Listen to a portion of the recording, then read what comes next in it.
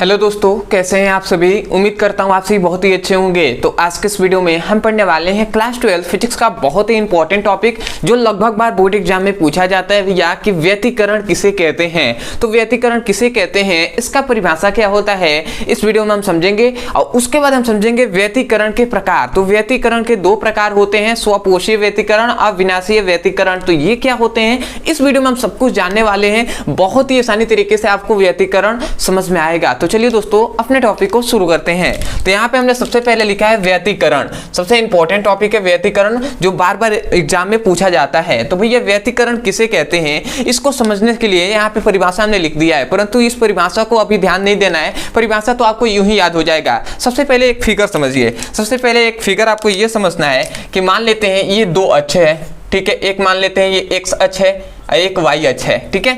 थोड़ा सा मैं इसको थोड़ा सा और बढ़ा ले रहा हूं, ठीक है। ये एक्स अक्ष है और ये वाई अक्ष है, ये दो अक्ष हैं। अब मान लेते हैं कि ये तरंग है, तो ये तरंगे इस प्रकार इस पे संचरण कर रही हैं, मतलब गति कर रही हैं। ये कोई एक तरंग है जो इस प्रकार गति कर रही है। मान लेते हैं एक और कोई तरंग है, वो इस प्रकार गति कर रही है, ठीक है। दो तरंगे हो गया।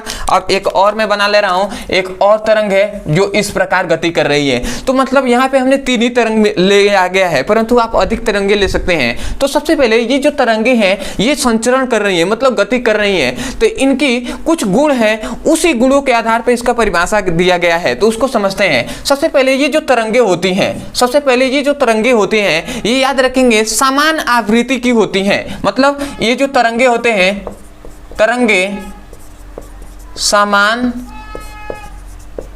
आवृत्ति की होती हैं। किसकी भैया, समान आवृत्ति की ये सभी तरंगे होती हैं। दूसरी, इन सभी तरंगों की जो दिशाएं होती हैं वो निश्चित होती हैं। मतलब तरंगों की दिशा समान होती है। समान मतलब समान कहिए या निश्चित, मतलब क्या है, इसकी इधर है तो ये दोनों के भी इधर ही होगी, मतलब सामान्य दिशा होगी, ठीक है। तो यही पे हमने कहा क्या कि मतलब इसका हम डेफिनेशन कर सकते हैं कि जब दो या दो से अधिक तरंगे, मतलब जो दो या दो से अधिक जो तरंगे हैं, तो इसको हम कह सकते हैं कि दो या दो से अधिक समान आवृत्ति की तरंगे, ठीक है। क्योंकि ये दोनों जो क्या है विशेषताएं हैं इनकी, तो हम कहेंगे दो या दो से अधिक समान आवृत्ति की तरंगों की संचरण मतलब संचरण की दिशा सामान्य हो, तो इस घटना को हम व्यतिकरण कहते हैं। समझ में आया क्या कहा जा रहा है। हमने कहा संचरण मतलब होता है गति करना, मतलब हम कह रहे हैं कि दो या दो से अधिक तरंगों, मतलब दो या दो से अधिक समान आवृत्ति की तरंगे एक ही दिशा में संचरण करती हैं या गति करती हैं, तो इस प्रकार की घटना को हम व्यतिकरण कहते हैं। तो आशा करते हैं आपको समझ में आया होगा कि दो या दो से अधिक समान आवृत्ति की तरंगे एक ही दिशा में गति करती हैं या एक ही दिशा में संचरण करती हैं, तो संचरण करते हुए अध्यारोपित होती हैं। क्योंकि भैया ये जब तक मिलेंगी नहीं ना तब तक व्यतिकरण नहीं होगा।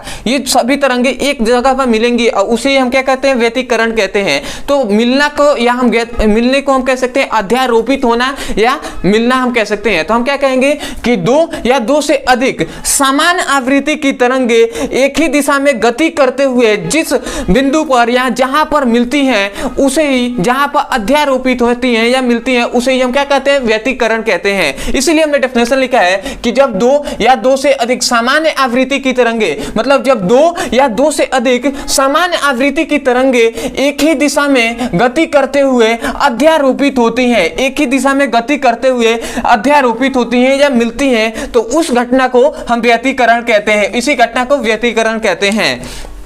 तो आशा करते हैं आपको समझ में आया होगा जो इसका व्यतिकरण का परिभाषा। तो मैं एक बार और डेफिनेशन को यहां से बोल रहा हूं, क्योंकि आपको यहां से याद नहीं करना है, फिगर समझ के याद करना है। क्योंकि मैं कभी कहता हूं कि भैया रटना नहीं है, समझना है, क्योंकि समझे रहेंगे तो बहुत टाइम तक, लगभग टाइम तक आपको याद रहेगा। तो आप क्या कहेंगे भैया कि दो या दो से अधिक समान आवृत्ति की तरंगे एक ही दिशा में गति करते हुए अध्यारोपित होती हैं या मिलती हैं, तो इस घटना को व्यतिकरण कहते हैं। तो आशा करते हैं आपको समझ में आ गया होगा बात व्यतिकरण का परिभाषा समझ में आ गया होगा। तो अब हम देख लेते हैं व्यतिकरण के प्रकार। तो याद रखेंगे भैया, व्यतिकरण के जो प्रकार होते हैं वो कितने होते हैं भैया? 2 होते हैं। और वो कौन कौन से होते हैं? सबसे पहला होता है स्वपोषीय व्यतिकरण और दूसरा होता है विनाशीय व्यतिकरण। तो सबसे पहला आता है स्वपोषीय व्यतिकरण किसे कहते हैं, तो इसको समझते हैं हम एक फिगर से। तो मैं यहाँ पे बना रहा हूँ, देखिए यहाँ पे तो जगह नहीं है परंतु मैं यहाँ पे बना दे रहा हूँ, थोड़ा सा इस कलर से मैं बनाऊं तो बेहतर रहेगा।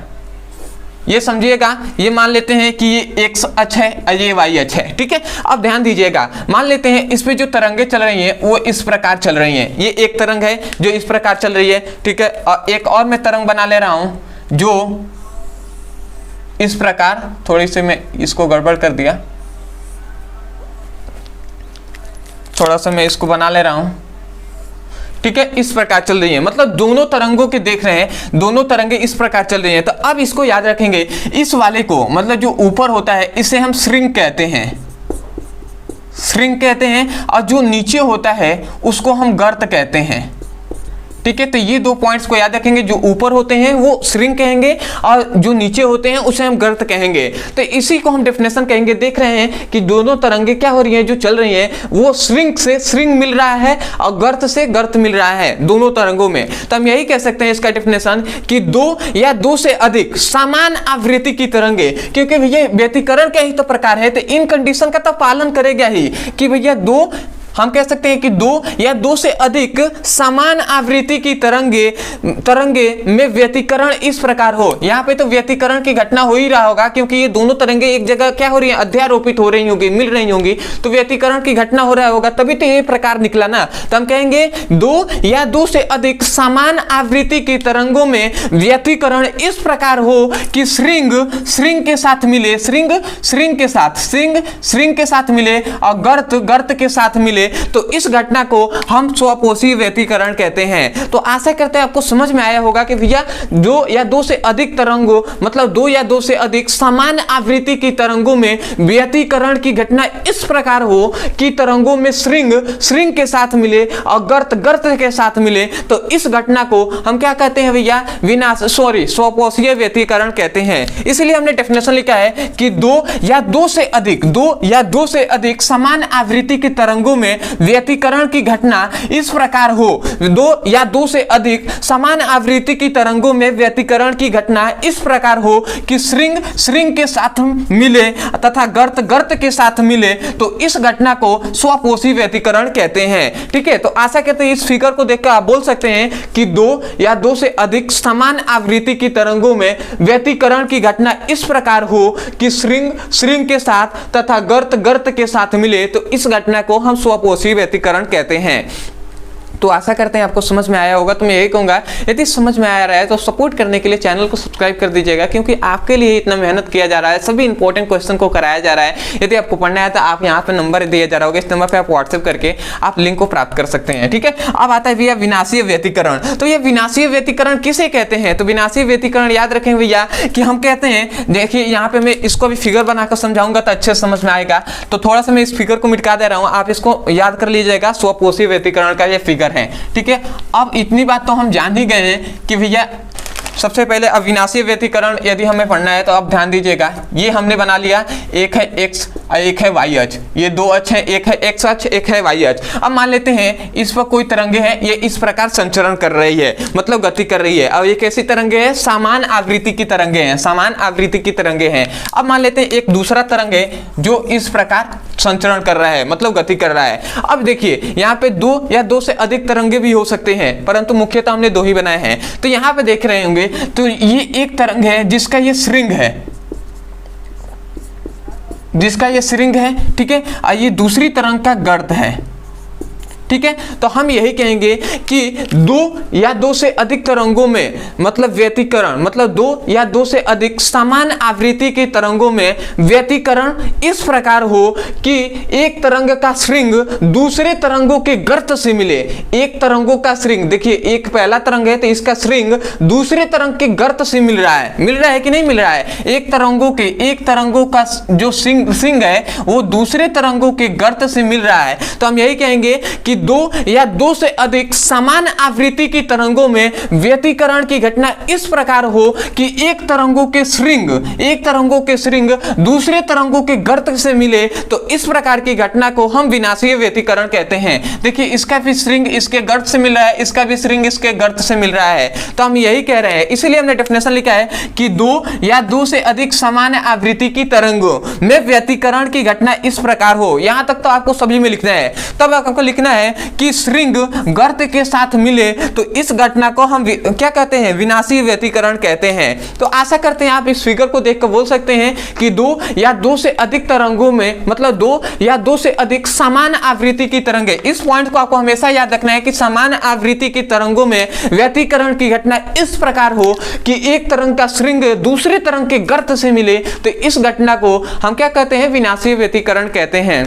तो आशा करते हैं दोस्तों आपको अच्छे से समझ में आ गया होगा। तो मैं यही कहूंगा, यदि आपको समझ में आया है तो सबसे पहले तो सपोर्ट करने के लिए चैनल को सब्सक्राइब कर दीजिएगा, क्योंकि आप भी देख सकते हैं कि चैनल पे आपकी सपोर्ट की बहुत ज़्यादा ज़रूरत है। आपके लिए ही तो मेहनत किया जा रहा है इतना, तो आप भी सपोर्ट करने के लिए कुछ तो कर सकते हैं, तो चैनल को सब्सक्राइब कर दीजिएगा। दूसरी बात, यदि आपको सभी इंपॉर्टेंट टॉपिक को जानना है क्लास 12th का या क्लास 10th का, ठीक है, तो आपके लिए यहाँ पे नंबर दिया जा रहा होगा, इस नंबर पर आप व्हाट्सएप करके लिंक को प्राप्त कर सकते हैं। अदरवाइज बहुत सारे स्टूडेंट ऐसे होंगे जो चाहते होंगे चैप्टर वाइज सीक्वेंस में एक एक करके वीडियो मिले और मैं अपने सिलेबस को कंप्लीटली देख सकूँ फिजिक्स और केमिस्ट्री का, तो इसी नंबर पर मैसेज करके आप मांग सकते हैं कि class 12 physics chemistry all video link, तो आपको वीडियो का लिंक दे दिया जाएगा। यदि इंपॉर्टेंट चाहिए तो आप लिख सकते हैं class 12 physics chemistry all important question, तो आपको लिंक दे दिया जाएगा। तो आशा करते हैं वहां से जाकर अच्छे से पढ़ाई कर सकते हैं। अदरवाइज यदि किसी भी क्लास का कोई भी इंपॉर्टेंट टॉपिक समझ में नहीं आता है, केवल आपको पता है, तो उस टॉपिक का नाम लिखिए यूट्यूब पर, अंत में हमारे चैनल का नाम लिख दीजिए ब्रदर सर, आपको वो वीडियो मिल जाएगा, वहां से जाकर अच्छे से पढ़ाई कर सकते हैं। और मैं आपको विश्वास दिलाता हूं कि वीडियो